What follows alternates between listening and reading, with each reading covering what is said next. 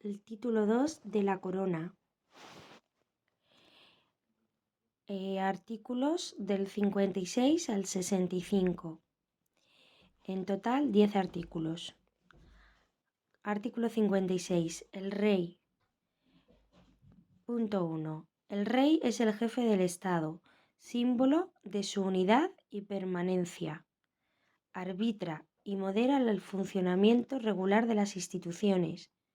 Asume la más alta representación del Estado español en las relaciones internacionales, especialmente con las naciones de su comunidad histórica, y ejerce las funciones que le atribuyen expresamente la Constitución y las leyes.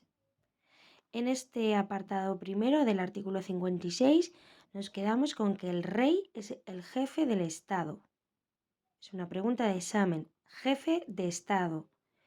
Y es el símbolo de unidad y permanencia, que hace, arbitra y modera el funcionamiento de las instituciones y además asume la más alta representación del Estado español.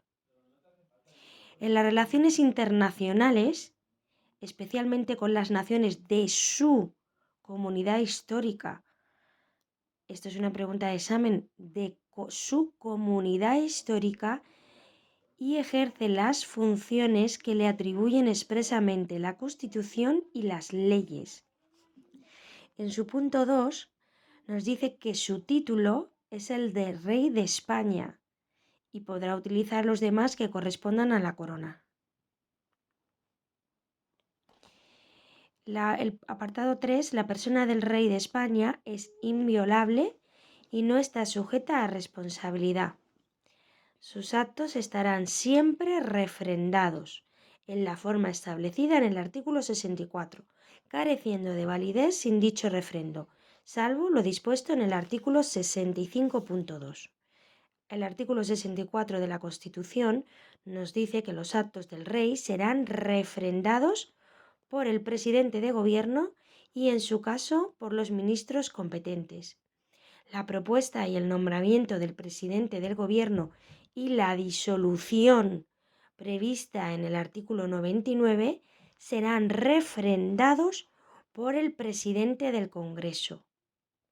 De los actos del rey serán responsables las personas que lo refrenden. Y el artículo 65.2 es el rey nombra y releva libremente a los miembros civiles, ojo con esto, miembros civiles y militares de su casa.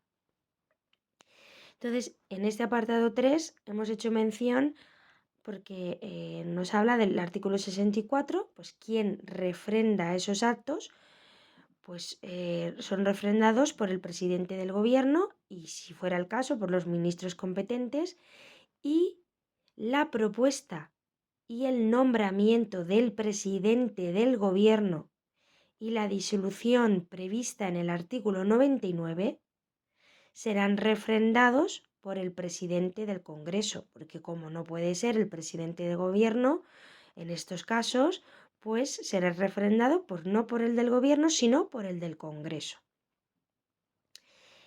Pasamos al artículo 57, la sucesión. La corona de España es hereditaria en los sucesores de don Juan Carlos I de Borbón, legítimo heredero de la dinastía histórica. La sucesión en el trono seguirá el orden regular de primogenitura y representación, siendo preferida la línea anterior a las posteriores. En la misma línea, el grado más próximo al más remoto, y en el mismo grado el varón a la mujer, y en el mismo sexo la persona de más edad a la de menos.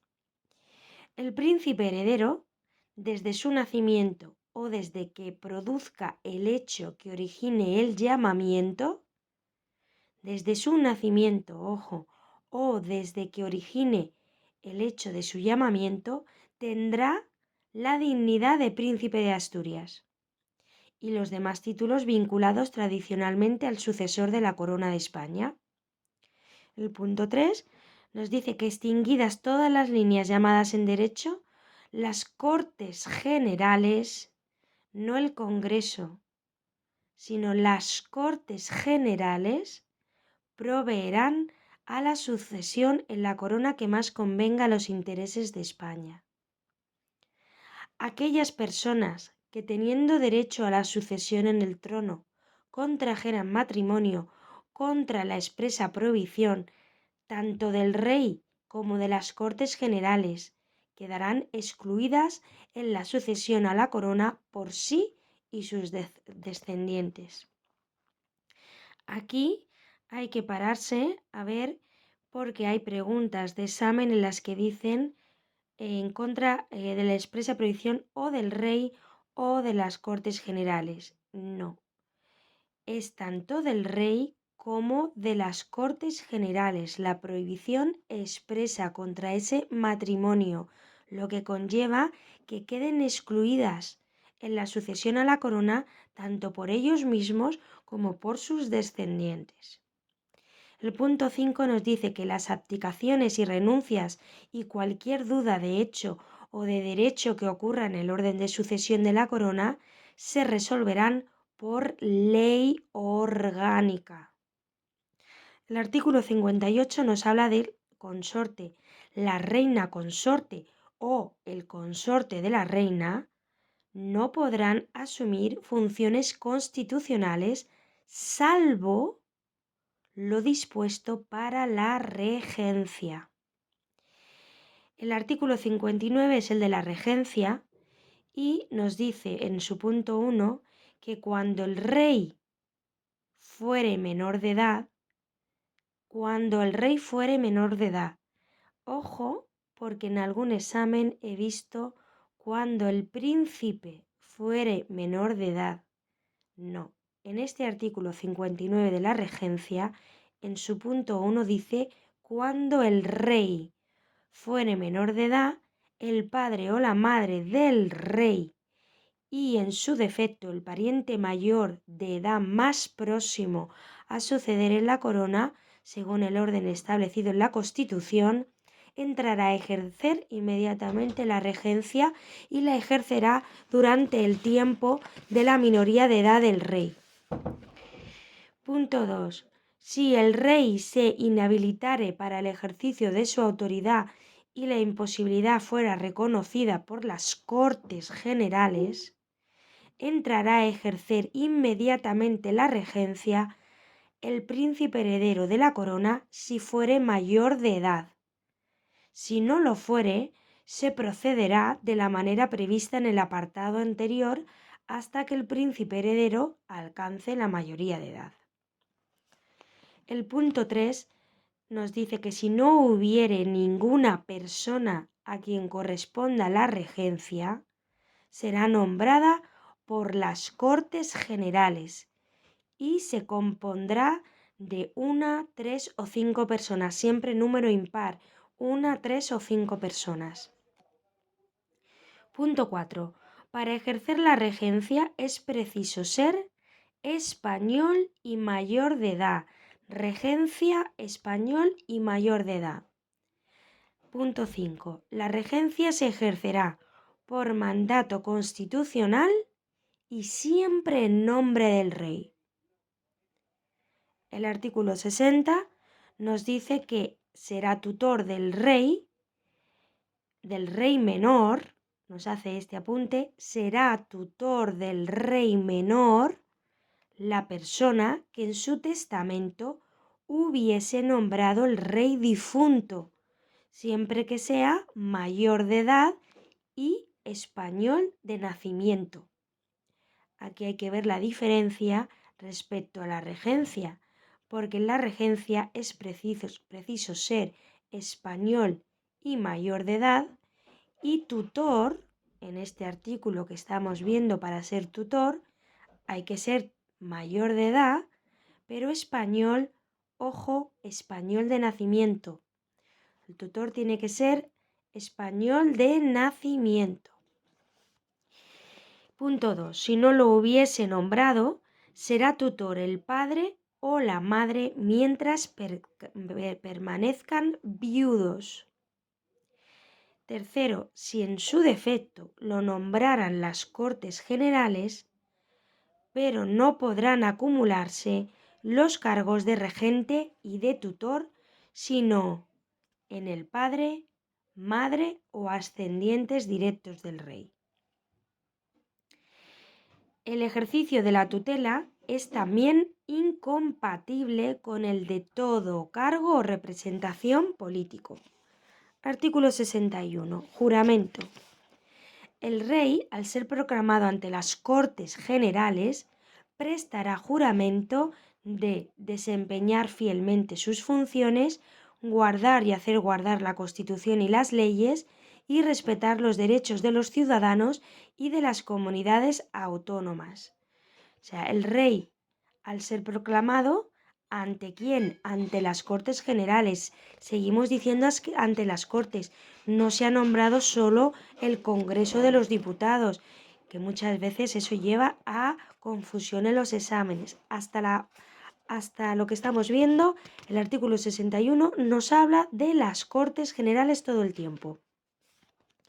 Entonces el rey, al ser proclamado ante las Cortes Generales, prestará juramento de desempeñar fielmente sus funciones, guardar y hacer guardar ¿a qué?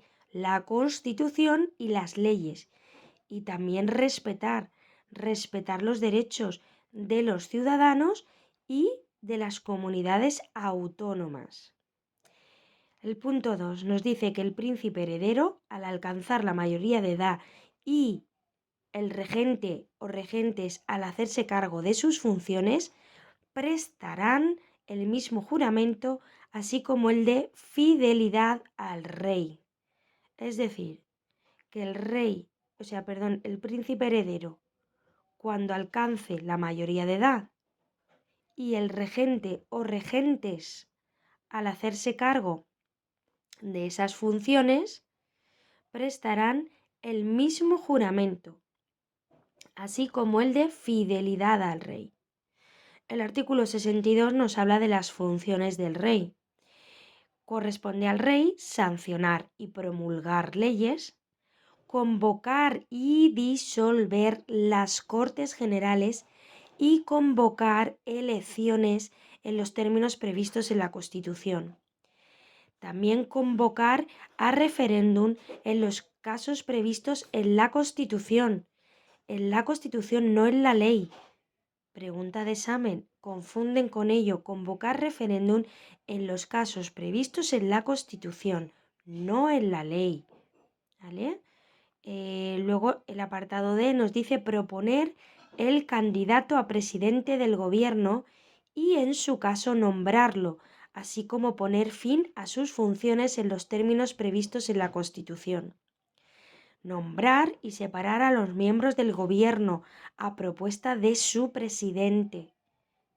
También expedir los decretos acordados en el Consejo de Ministros, conferir los empleos civiles y militares y conceder honores y distinciones con arreglo a las leyes. También ser informado de los asuntos de Estado, y presidir a estos efectos las sesiones del Consejo de Ministros, cuando lo estime oportuno, a petición del presidente de gobierno. También es el mandato supremo de las Fuerzas Armadas. Ejerce el derecho de gracia con arreglo a la ley, porque no podrá autorizar indultos generales. También es el alto patronazgo de las Reales Academias. Y hasta aquí dejo este apartado, continuaré con una segunda parte a partir del artículo 63.